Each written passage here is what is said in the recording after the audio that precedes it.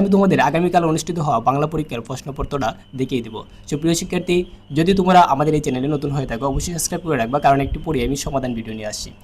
চলো দেখে নিই তোমাদের আগামীকালকে অনুষ্ঠিত হওয়া বাংলা প্রশ্ন। সামাজিক মূল্যায়ন 2024, শ্রেণী অষ্টম, বিষয় বাংলা।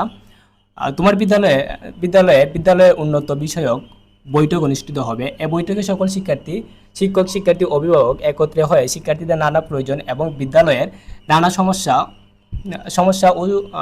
সমস্যা ও সম্ভাবনা নিয়ে আলোচনা করবেন। এই আলোচনাকে সামনে রেখে শিক্ষার্থীদের কাছ থেকে লিখিত মতামত ও চাহিদা বা দাবি আহ্বান করা হচ্ছে। বৈঠকে শিক্ষার্থীদের নানা বিষয়ে নিজেদের ভাবনা ও মতামত প্রকাশের সুযোগ থাকবে।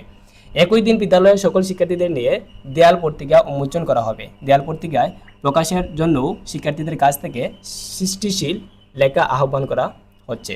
সুপ্রিয় শিক্ষার্থী, তোমরা দেখো এখন কাজের মধ্যে কি আছে। কাজ ক, জুড়ে আলোচনা করে নিজের কাজগুলো করো। তোমরা একটু কষ্ট করে এই কাজগুলো পড়ে নেবা। একটু পরে আমরা সমাধান ভিডিও নিয়ে আসছি, সেই সমাধান ভিডিওর মধ্যে তুমি পূর্ণাঙ্গ দেখতে পারবা।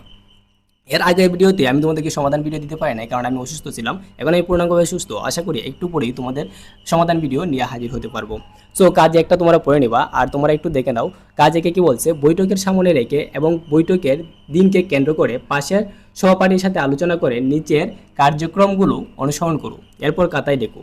সো নিচের কার্যক্রমগুলো তোমরা একটু পড়ে নিও। আমি একটু স্কিপ করতেছি, তোমরা একটু এগুলা স্ক্রিনশট দিয়ে রেখে নিজের মতো করে পড়ে নিবা। আর 2 নম্বরে কি বলছে, তালিকা থেকে যে কোনো একটি প্রয়োজন বা সমস্যা নিয়ে 2টা যোগাযোগের নমুনা তৈরি করো। তো তালিকায় কি বলছে, নমুনা 2টির একটি হবে মৌখিক যোগাযোগের এবং আরেকটি হবে লিখিত যোগাযোগের। এই নমুনা 2টি হবে তোমার তালিকার যে কোনো 2জন ব্যক্তিকে ঘিরে। তো কি বলছে, নমুনা 2টি তৈরি করে পাশের সহপাঠীর সাহায্য নেওয়া যাবে।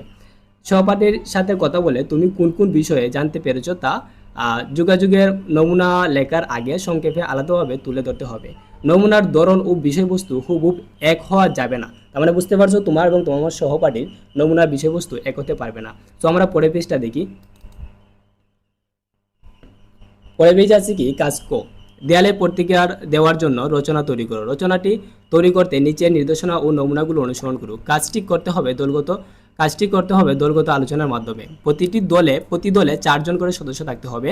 দলের সদস্যরা নিজেদের মধ্যে আলোচনা করে ঠিক করবে যে কোন ধরনের রচনা তৈরি করবে।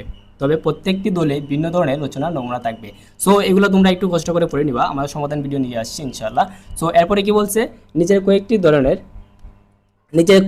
কয়েক ধরনের লেখার নমুনা দেওয়া হলো। উপরে যে তোমার এখানে যে কাজটা করার কথা বলছে, এই ক্লাসটার লেখার কয়েকটি নমুনা এখানে তুলে ধরছে, এগুলো তোমরা একটু পড়ে নিবা।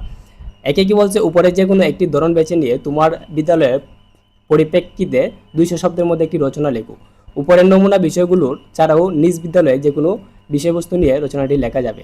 রচনাটি লেখার পর এটি কেন বিষয়মূলক, বিশ্লেষণমূলক, তথ্যমূলক, কল্পনির্ভর তা পিছনে যুক্তি দাও। কাজগুলোর মধ্যে কি বলছে, তোমার লেখার উপরের রচনার ভিত্তিতে এককভাবে নিচের কাজগুলো করো। সো এগুলো তোমরা একটু করে নিবা। এই ছিল তোমাদের আগামীকালকে অনুষ্ঠিত হওয়া বাংলা পরীক্ষার প্রশ্ন। সো আশা করি তোমরা বুঝতে পারছো। একটু পরে আমাদের সমাধান ভিডিও নিয়ে আসছি।